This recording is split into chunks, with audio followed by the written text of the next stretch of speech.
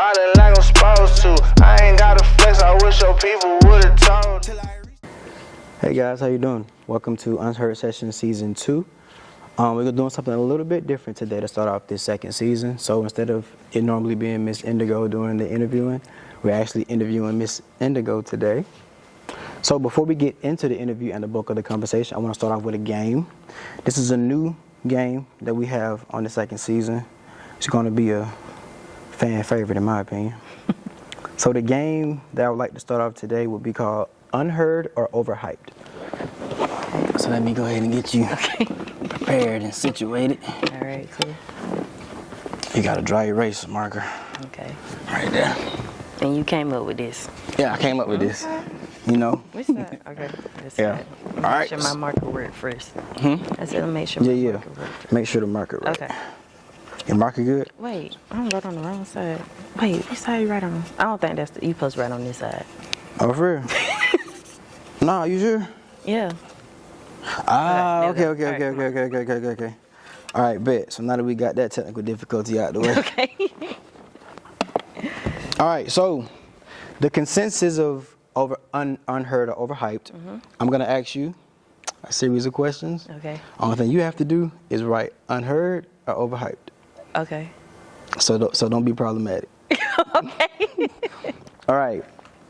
So I know you're a music lover like me. You listen to all different genres and stuff like that. So the first question I have for you is 2014 Forest Hills Drive by J. Cole or Good Kid, Mad City by Kendrick Lamar? Ooh. Ooh, that's a little, ooh. That's good. But can you really say this is... Put this on here. All right. All right. Ready? Ready, go. J. Cole, the GOAT, Unheard. I definitely put 2014 as Unheard. Yeah. Because I know you share love for J. Cole. Yes, like I that's do. my favorite rapper. That's my favorite rapper too. Yeah, but I So- love Kendrick too. No, for sure. Kendrick definitely the GOAT. But Yeah. it's just something about Cole that touched Yeah, my spirit. yeah. All right, we're going to do one more album, then we're going to go into the second part of this and that. Okay. So the next album we're going to do, this is probably going to be a no-brainer for you, but I still want to just do it. Okay. We got Anti by Rihanna or 4 by Beyonce. Okay.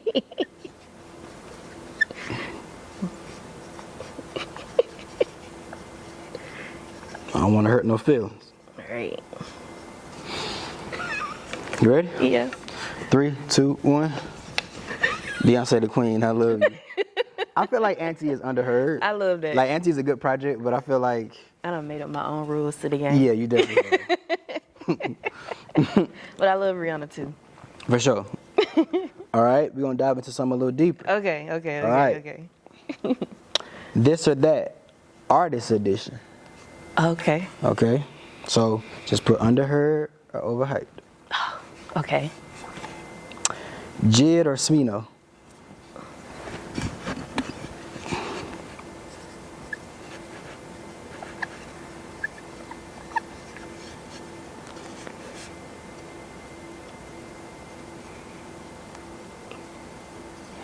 I'm ready. You ready? Yeah.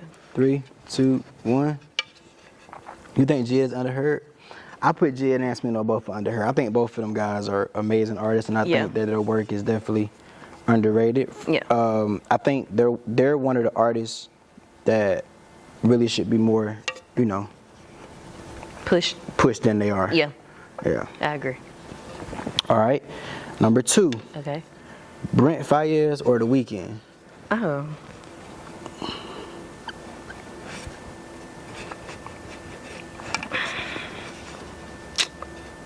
I don't even. Okay. I don't want to hurt no feelings with this one.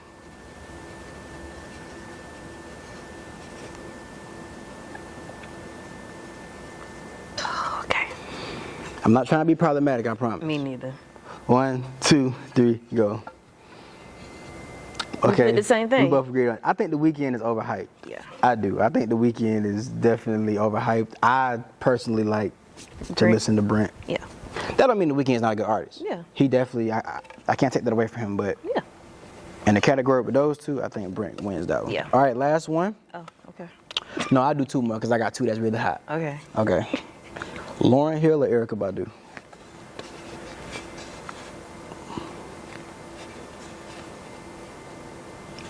I don't know, Nassim. I got my answer locked in. All right. You ready? 1, 2, 3. Mama Badu, the queen. I like Mama Badu. That's my favorite female singer. both. Yeah, I know, but my favorite female singer would have to be Erykah Badu. Yeah. All right, last one. Okay. Gonna be a little bit problematic, but I gotta go with it. Okay. Kendrick or J. Cole? Come on now.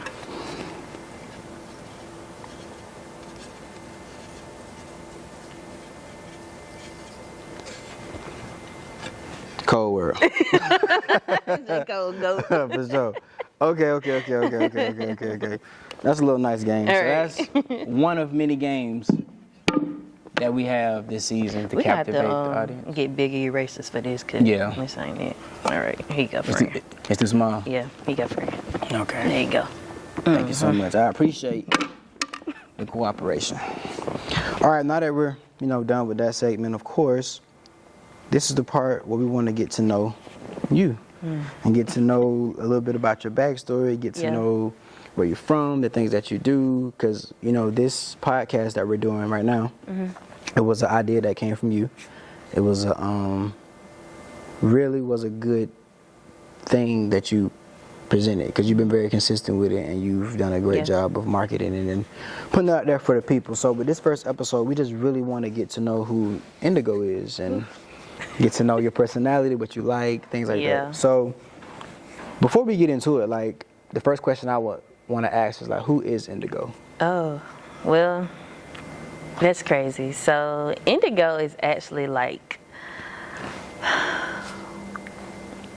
it's like a side of me that's more bold, if that makes sense. So like an alter ego. I don't like to really say that, but I definitely use Indigo for confidence. Not saying that India, because my real name is India, of course.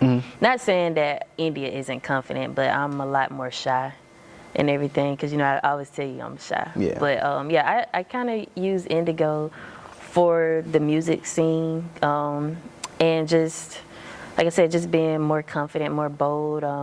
She's risky. She's not scared to step out. Really walk into her purpose. So that's really who Indigo is. Okay, so where did Indigo originate from? Like, where did the name come from? Okay, so it's either Indigo or Indigo Monroe. So Indigo Monroe, that actually came from middle school. So I was in a group of girls that I was friends with at the time, and we all put Monroe at the end of our name. So it just happened that Indigo, one of the girls called me Indigo. She called me that all the time.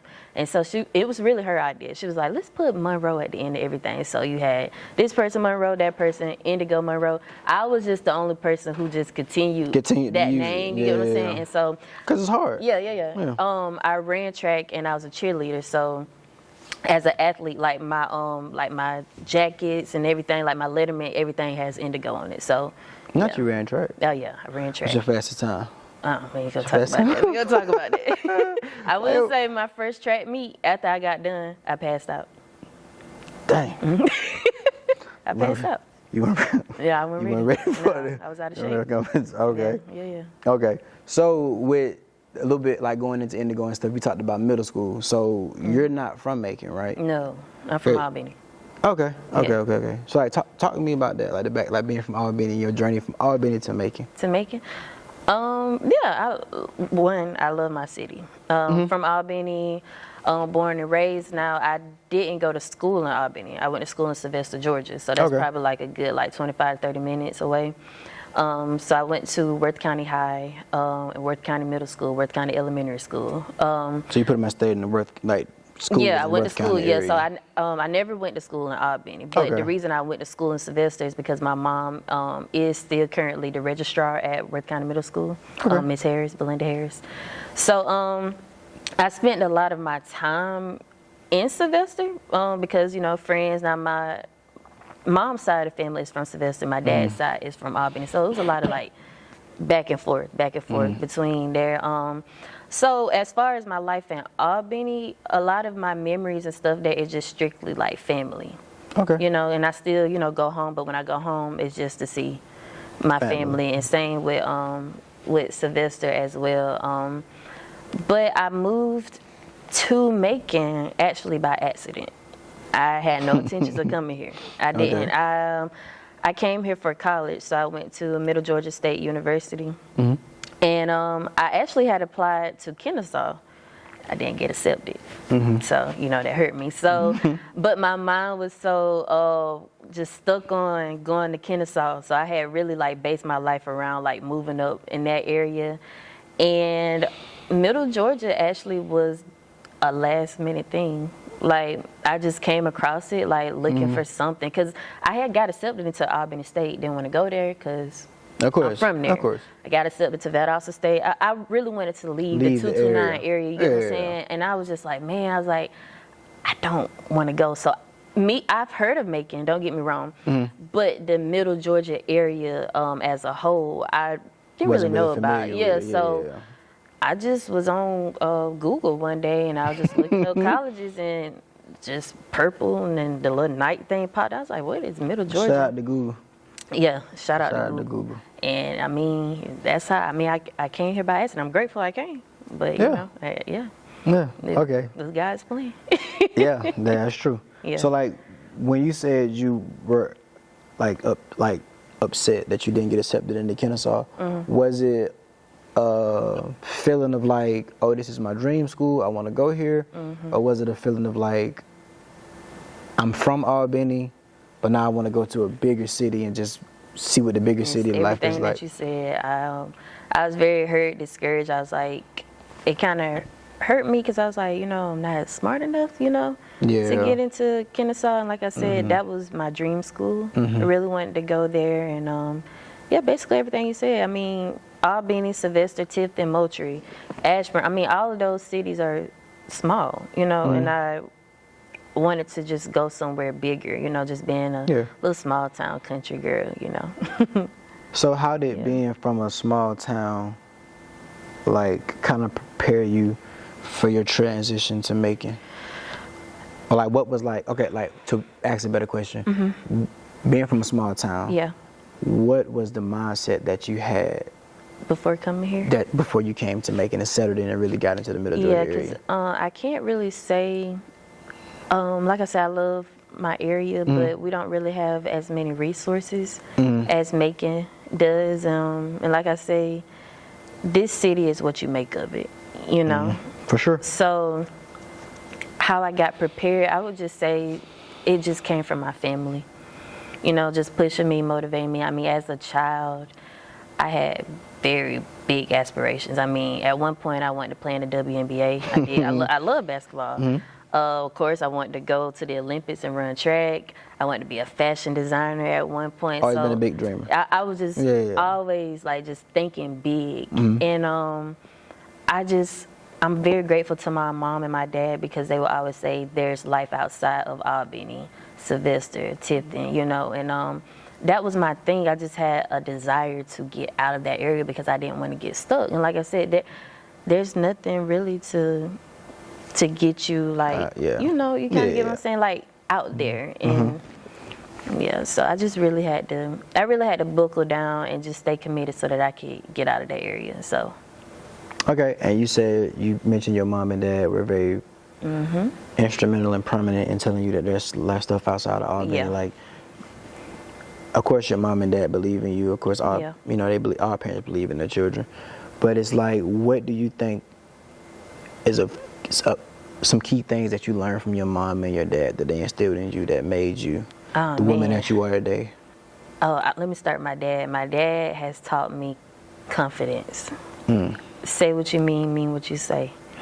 That walking with your head up and shoulders back, that's my dad. My dad will walk in a room like he own it. And he walk in any room like I'm supposed to be in here. I got that from my dad, definitely. From my mom has taught me grace, being elegant. You know, she taught me how to, you know, sit my little legs crossed and everything. But no, like, she just really taught me how to just be a woman, a great woman. And I feel like I could say confidently that everything they have taught me is reflected. So, my mom is my best friend. I talked to her about literally everything. She's actually a little upset because she don't know what I look like right now. She don't know what to say, you know, but it's because she has been so actively involved in everything. And I'm telling you, like, when I didn't have any money, we're just gonna be real. When I didn't have any money, my parents was paying my rent. I had lost my job last year. I was in a terrible situation. And my parents, I mean, they paid my rent. You get what I'm saying? And then with me choosing the career path that I have chosen, it's either you make it or you don't. There's no in between. So with them doing that, I'm like, they believe in me, you know, like, there's nothing that I wouldn't do for my parents because they have really been a major part, and major is an understatement for my journey. So that's something where we are very similar in those ways, because, you know, of course, Sheed and I are like, you know, your first artists up under your record label and stuff like that. But and even me interviewing you today, I mean, me, you, and Sheed are just like this when it comes to how we move and how we do stuff. So knowing what kind of family you come from, and knowing that me and she on the same side have the same thing, and both our mom and dad, you just can tell that, like, the work ethic that you have and that she and myself have is just like, it's like grind mode, because you saw that with your mom and your father growing up. So that's why I think it's important that you have a strong upbringing, have a strong family. And hearing you talk about your family, I want to ask you another question from that. So, like, being that your mom's family is from Sylvester, dad's family is from Albany, give me a little backstory about your family and what it was like in Sylvester, and then give me the same spiel in Albany. And before I answer that, I do also want to say this, that when I had those big aspirations that I was saying, I also want to say, like, when I told my mom, oh, I want to be a fashion designer, my mom went out and she bought, like, sketch pads and stuff for me to draw my designs. I wanted to play basketball, and I also got to shout out my brother too. I mean, they took me outside. Okay, you finna do drills. You know what I'm saying? Same thing with track. You know, they would time me. So I just wanted to put that out there, because everything that I've said that I wanted to be a doctor at one point, and they bought me a little doctor's kit, and I'm walking around with my little stethoscope. Lord knows, my parents genuinely weren't feeling good, and I'm coming up to them, let me take your tip, you know, doing all that, and I know they probably want to be like, baby, move, you know, like, you know, not right now, but they never did me like that. So I just wanted to say, like, anytime I said that I wanted to do something, they came and they supported, and they also brought the resources that I need. So that, and I'm forever grateful for that. As far as, what did you ask me again? I forgot. I'm not gonna... So I was saying, so everything you said, it accompanies what the question was. So being that you talk about your family so passionately, and being that they were so prominent and instrumental in your life and giving you what you need to make you the woman that you are today, what was it like growing up with your mom's side in Sylvester? What did you learn from that family? And then what was it like with your dad's family in Albany? And what I learned from them. And what did you learn from that side? Man, first of all, my mom's side of the family, I grew up in church a lot. So my mom is a prophetess, my dad's a minister, my brother's a minister, my auntie's everybody. So that's that side of the family. So that side really taught me my faith and my trust in God. And I feel like my connection and my bond with God is just genuinely came from that side of the family, because I was brought up in church. With my dad's side of the family, same thing, very strong spiritual family as well. My dad's side of the family taught me to just be India. Like, this is not even about Indigo. Like, just be yourself no matter where you are. It's just always like a good time, you know. But I would say if I had to tie both of them in, I mean, I can't, because I don't want them like, oh girl, you ain't learned nothing from me. It ain't nothing like that. But it's like, both. I have such a strong, I can't even, 30, 45 minutes is not enough for me to go into my family like that. I mean, because my family, they join together. So like, let's say somebody has a birthday party on my mom's side of the family, they're gonna send invitations over to my dad's side. You get what I'm saying? So, and that's why if you hang around me, I'm always like, oh, let's bring people together, because that's what I grew up around. That's what, that's what you saw as a child. I mean, I come from good people. Yeah. I'm like genuinely good people. So I mean, both sides have taught me, you know, my morals and my values. So I don't know. I'm gonna really get into that and like get some phone calls and stuff. Yeah. And I ain't trying. I'm not trying to be problematic, I know. of course. But it's just like when you look at like similar, like you said, like mom and dad. Like on mom's side, you're gonna learn this. Dad's side, you're gonna learn this. Typically, dad's side be a little more outlandish. I don't know why it's always like that. But like, you know, it's just different nuggets and things that you pick up along the way from different people in your family. So I want to go back to what you said, because I know that you went to Middle Georgia. Yes. You were a music major, but you said you wanted to be a doctor. I did. So what made you switch from being a doctor? First, what type of doctor? And then what made you switch from that career field to the one that you're in So now? I wanted to be an anesthesiologist. You want to put people to sleep? Yeah. Okay. Yeah. So what made me so when I got there, I was a biology major. What made me change my mind is I absolutely hate math, and I realized Me how too. much math went into like you know, Yeah. in how many years. And I was in class literally, and I was like looking at some equations and stuff like that. And I was just like, nah. Like literally at that moment, I said nah. And then on top of that, I'll just be real. One of my math courses I had repeated twice, and I was like, something ain't right. You know, I'm like, obviously something ain't right, so I'm gonna have to get up out of here. What made me change my major, actually, I went through a real tough time. One of those semesters, that was actually the semester I took a break from school. Went back home, I was devastated. And like I said, I grew up in music and around music, and I was like, let me try music, you know? It really was like kind of like an impulse decision, because I was like, when I go back, I really didn't want to go. I didn't want to go to those math classes. It really was the math, if I'm being honest. Yeah, math can be very which is crazy because there's math in music as well. But I'd rather do that than But them big numbers, math can be. I just didn't have time for all that, you know. And then the years that came, I'm just being honest. And then I'd rather say that than stick with it and everything. And you have people who are in the health field that hate their job, and I'm like, I don't want to clock in. I don't. So that just went out the window. But yeah, man, I went home and I was I was depressed because I wasn't in school. I kind of felt like I was letting everybody down, but my mental health had to come first, you know, and I had just went through so much that semester. I went home, and this is also how R1 came about, because I was actually laying in my bed and I was crying. And, you know, a lot of people ask me, where did R1 records come from? I was in my bed, and I heard it whispered to me, literally, and I was like, no, what is that? Like, what is R1? Literally from that point, I went to my first networking event at Patchwork Studios in Atlanta, so that's where everything got started for me. I went there, I went there as an artist, but I saw the industry side of it, and I was like, like, I kind of like that. So at that moment, I was like, I want a label. You switched. My label need a name, R1. It was like in the back of my mind. It was already being set up for It was already, so I was like, well, let me name the label R1. And I'm gonna be honest, before I even remembered R1 was whispered to me, I kind of was like, the 9. It was actually called the 9 Records, because 229. So I thought I was gonna do everything. Hard. I thought I was gonna do everything down there. You get what I'm saying? But I was like, no. So like, I have old logos and stuff with like a 9 and all that kind of. Like, yeah, it's crazy. It's hard. Yeah. Hard. So like, now that we're on the topic of your label and you spoke about how it was given to you.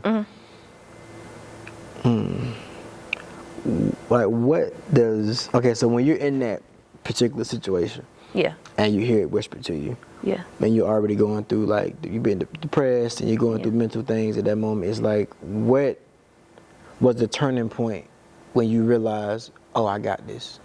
Or like, when you start building R1 slowly, what was the moment when you were like, okay, it's something coming out of this. Like, you start seeing the light at the end of the tunnel. If I, being honest, I didn't have that moment until last year. So I launched R1 Records in 2021. And I think back in 2021 when I went through my first launch party, I'm be honest, it was like I was in the room, but I wasn't mentally in the room because, and oh my God, I'm gonna get emotional talking about it. It was like I launched something, but I was like, Lord, you gave me this vision, but I don't know any artist. Yeah. I didn't know anybody. Like, you get what I'm saying? Yeah. So I'm like, I put this like out there, and I'm like, what is next? You get what I'm saying? So I was sad. Like that night, everybody's like shaking my hand, proud of you, hugging, getting pictures and stuff. That whole night, I was on the verge of tears. Like, why did you do this? Because you're still confused. I'm confused, but that's why I tell people, like, my story is simply nothing but faith-based. Like, everything that I've done is God.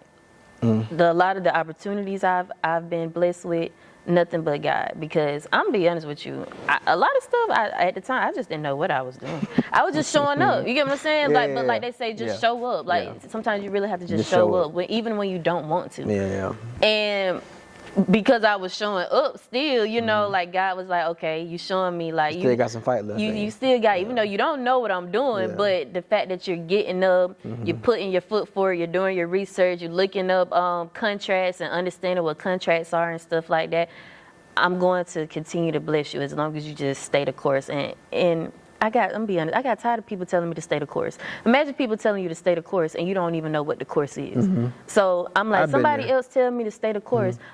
I'm trying to get off the course because I don't understand it. Like, I really went through so much from 2021 up until last year. That whole time period was just weird for me. But it wasn't until 2024 when I met you and I met Rashid, and even being around Clutch Factory, everything like that, and I was like, and I started seeing the stuff that I could execute. You know, I rebranded my show, my label back in April of.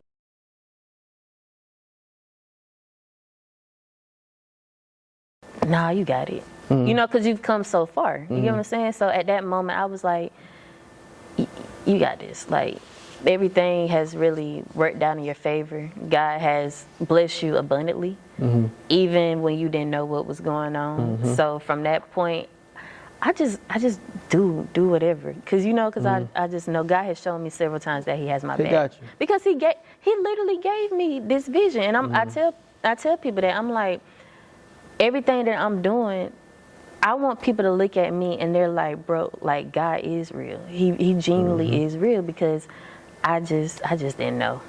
I didn't know what I was doing. I will be honest, I didn't. Yeah, man. I mean, but the dope thing that I like about life is that if you're honest with people and if you tell your truth, it's other people out there that have gone through the same thing that you're going through. So that's when you start to find your circle of people that you can confide in and go to, and they'll be able to give you advice about different things. Because same way you were confused, me and she were confused. I mean, me and she were just making music in the closet. We didn't know what would come of it. But when you presented everything to us and we saw that there was vision in motion, it was more vision in motion that we had been seeing anyway on our side. So it was one of the things that we trusted you. And I remember you told me the story about how you said at your launching your label, how you said that, your uncle said that one day you would find your tribe. Is that word? And me and she named Tribe. And y'all were called the Indigos. And your name is Indigo. And before we rebranded the Tribe, we were called the Indigos.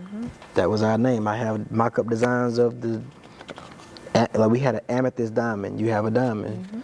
So it just was like, I do believe in fate, and I do believe in God bringing people together to execute and help out with certain plans that they need. I agree. Yeah. So like, being that you have a label, let's talk about your label. So like, what do you look for in artists, or like, what are some requirements, or like, what even is your like motto for your label? Like, what are you pushing out of your label? So definitely, I say represent artists with a message, and the label represents the underdog. So being someone who spent, I won't say majority of my life overlooked, because like I said, the love and support came from, my family. But I did have moments, especially like in school, where some of my friends that I had, they would leave me out of certain things, and that affected me. But I wanted to create a space because I remember how that felt for me, and I'm like, okay, if y'all aren't gonna welcome me to the table, I'm gonna make my own table. You get what I'm saying? Type. You get what I'm saying? That was hard. Yeah. Like, I'm gonna make my own table. Yeah.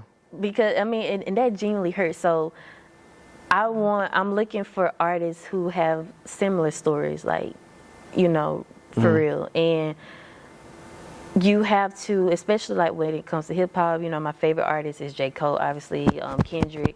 So, Jid, that's storytelling. So you have to do storytelling, rap.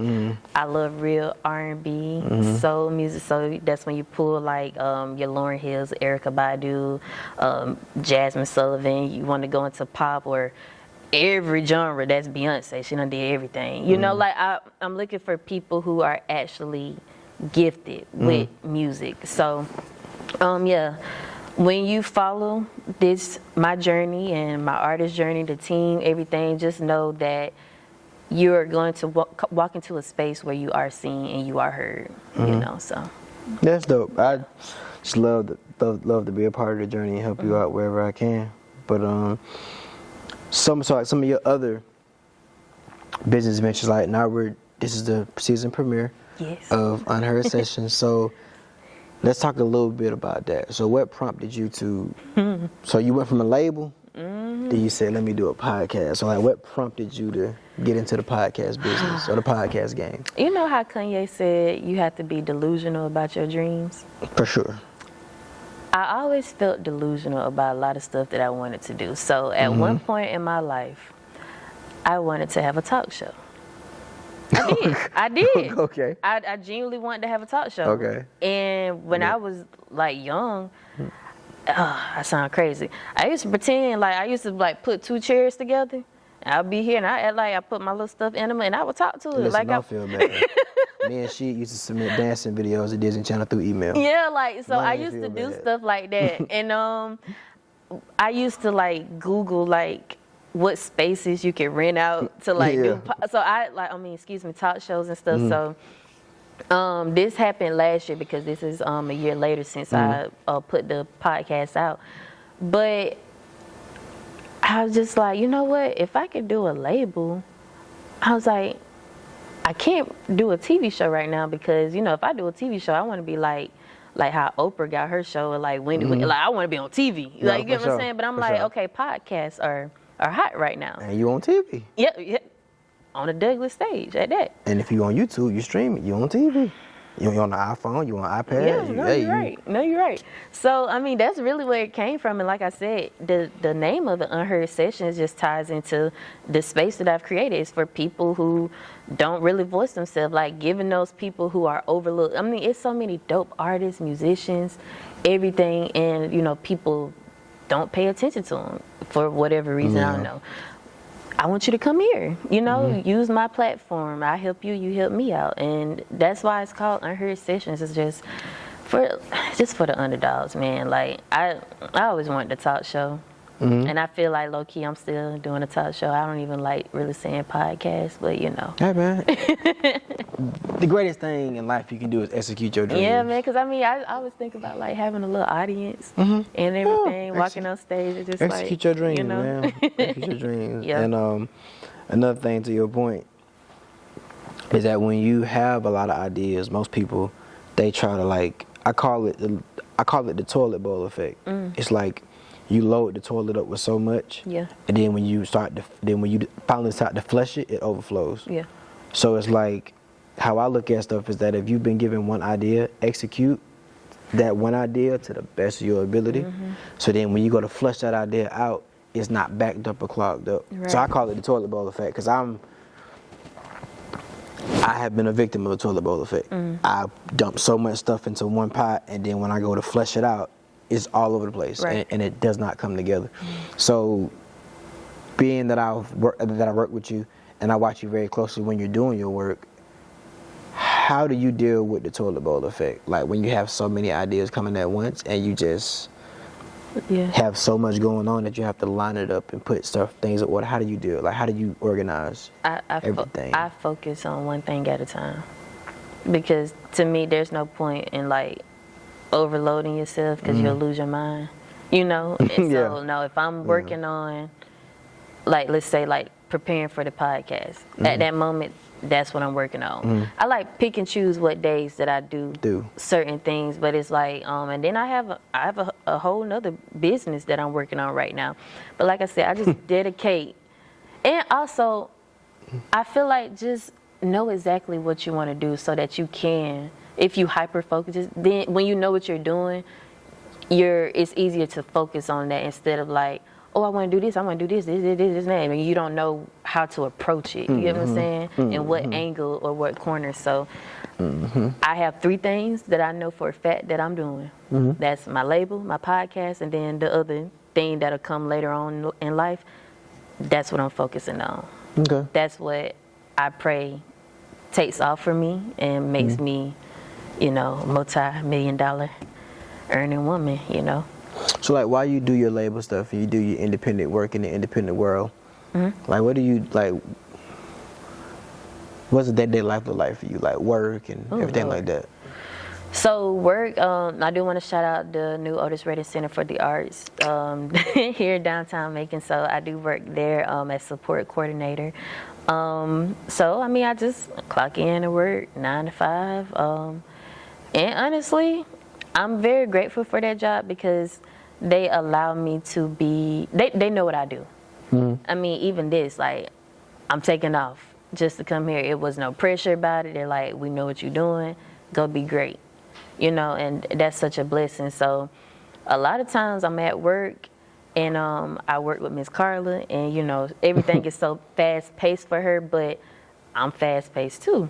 So I'm like, y'all work good together. I work good, excellent together. So I'm like, let me focus on what she need me to do, and I may get it done really early, so that I can maybe pull out my iPad. I'm like, oh, let me read over, you know, these notes. I do both. You get what I'm saying? But I work so hard throughout the day, and I do that so when I go home, I'm being honest, I am lazy. The house is clean, everything, but when I'm in the bed and when I'm on the couch, don't bother me. I don't do it. I don't do it. I work so hard so that I can rest. So, so once I'm in the house, I'm in the bed and stuff like that, you know, it's hard to even get me back out. So, yeah, just day-to-day life for me is just simply working at the center, working on the 3 ventures that I have for myself, and that's just a cycle. On weekends, I don't do anything. Sundays, I go to church. That's it. Repeated cycle over and over and over again. Yeah, working at the center has definitely been a blessing. It's so fun too. Yeah, you know it is. No, like our co-workers are definitely some very interesting people. Yeah, they're good people. Yeah, great people. Sure. They just, all I can say is I just love working around them every day. And it's crazy though, because, you know, on episode 1, y'all were educating me about the Otis Redding Foundation. I had never heard. And of course I know Otis Redding, but I had never even heard of the foundation. I didn't even, when y'all were talking, I didn't even know the Redding family was here. You get what I'm saying? So I'm sitting, if you go back to episode 1, I'm sitting there looking crazy. Yeah. We went from everything is so intentional and divine timing. Y'all went from educating me about that, and now I work there as part of the team. I went from a volunteer to knowing them to talking about them on season 1 to now I'm actually working with them side by side every day. So it's just crazy how life works when you think. Sometimes you can be actually foreshadowing your own life. You can. And you don't even, that's why I say power is in the tongue. Yeah, and then you remember we were at Hotel 45, Hotels, rooftop bar. Right across the street. We were literally looking at into dirt. That. It was nothing. It was just dirt everywhere. I didn't know what it was. They were getting ready to build something. We didn't know what was being built. Yep. And now the center is right there. And we're right there. So, before we get out of here, I just want to just, like, be a little more relaxed with it. So, since you work downtown And since you've been in Macon is very eventful and very exciting. Yeah. What's the craziest thing you ever seen being in Macon? Oh Lord, Lord, y'all, my dress done went all up. I love Macon. You know, Macon give it kind of gives GTA vibes sometimes, especially being downtown. I will say this: when I first got to Macon, this tell you about this is why I say be mindful of your circle. I'm gonna just say that. So it was a club here called the Thirsty Turtle. And the Thirsty Turtle ended up getting shot up. And I so happened to be at the Thirsty Turtle when that happened. I'm like, oh, welcome to Macon. I was like, oh, so that's how y'all get, like that. Yeah. Man, shoot, another crazy thing, this had to been in 2023. I was downtown hanging out with a friend at the time, and I was walking by Vibes. And I guess a fight had started inside the Vibes, but it ended up coming outside the Vibes, and the security guard picked up the gate and was like, finna hit. I was like, they be wild in here. Like, the homeless people, bless their hearts, I mean, I remember I saw one man, he had on this shirt, but he had a bra on top of it. And he would just walk around picking up glass. Yeah. I've seen a lot here. Yeah. But at the end of the day, and that's not to scare nobody from it, for because sure. every city has it. I'm from Albany. You know what I'm saying? GTA. Chill out. So I still love the city. Yeah. But and I feel like I would have to do a whole separate series episode, on this stuff I've seen. I'm like, man, it's crazy. Yeah. But no, though, it's been very eventful and exciting. Now, very eventful and exciting just getting to know you as a person, because if y'all don't know, we did go to school together. Yep. We went to college together. Yep. So we became friends in college, and then our relationship went outside of college, and now we're business partners. Now I'm signed to her label, and everything just keeps going like that. So it's been a it's been an honor to talk to you and just talk to you in this setting, because I know we always talk business all the time, but just to be able to see us both sitting here having a casual conversation, and it's some stuff you told me that I really didn't even know. Yeah. So I just got to know you more on a personal level, and that's the good thing about us being independent, and you have an independent label. Everybody's so close knit. Yeah. You can put your hands on your boss. You can talk to your CEO. Yeah. You can talk to your A&R. You can talk to. Nobody has to. You don't have to text nobody and say, I want to have a meeting with you, and it takes 6 months to get in contact with them. Everybody's here, and we communicate with each other. But there's something that you want to add before we go? Yes, I definitely want to shout you out, because you already know I was about to throw all this away last year. I mean, I went through a period, I had lost my job, and I had submitted 25 applications, for real. Denied, rejected, no, can't come in here, this and that. And I'm like, this is a problem. I couldn't get a job. And I was like, you know what, I've put all of this out here. And you know what, I'm just going to take a L. For real. Whatever job that I would have gotten blessed with, I was just going to settle for it. I had made up in my mind that I was going to do that. But what really made me respect you a lot is that day you came to my house about 7, 8 o'clock in the morning. I'm like, why are you here?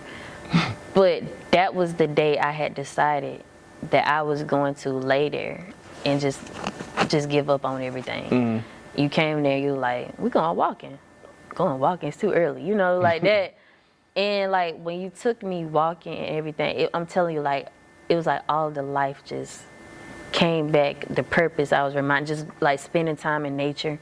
And I'm like, no, like we said, we were friends in school. No, you have genuinely been a great friend. I mean, the moments I struggle, I'll just be real. You probably don't want people to know, but I give people their flowers.